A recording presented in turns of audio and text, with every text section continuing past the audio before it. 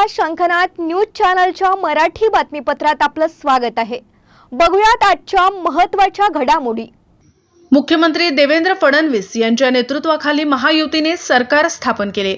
आता सध्या खाते वाटप आणि मंत्रिमंडळ विस्ताराबद्दल चर्चा सुरू असून अधिवेशनाआधी म्हणजे 14 तारखेला मंत्रिमंडळ विस्तार होणार असल्याची माहिती समोर आली आहे।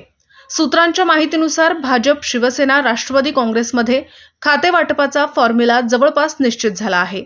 आज तकने सूत्रांच्या हवाल्याने हे वृत्त दिले आहे। विधिमंडळाचे अधिवेशन 16 डिसेंबर पासून सुरू होत आहे। त्यापूर्वी मंत्रिमंडळ विस्तार होईल असे महायुतीतील नेत्यांकडून सांगितले जात होते। सूत्रांच्या माहितीनुसार 14 डिसेंबर रोजी मंत्रिमंडळ विस्तार होऊ शकतो।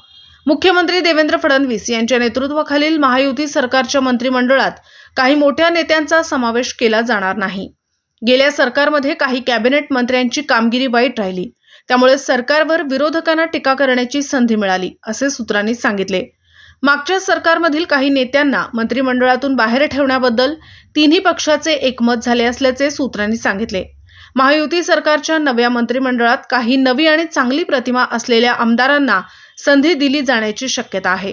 महायुतीच्या वरिष्ठ नेत्यांकडून वादग्रस्त मंत्र्यांना बाहेर ठेवण्याबद्दल जोर दिला जात असल्याची माहिती सूत्रांनी दिली। पुन्हा भेटूयात नवीन बातमीपत्रासह, तोवर नमस्कार।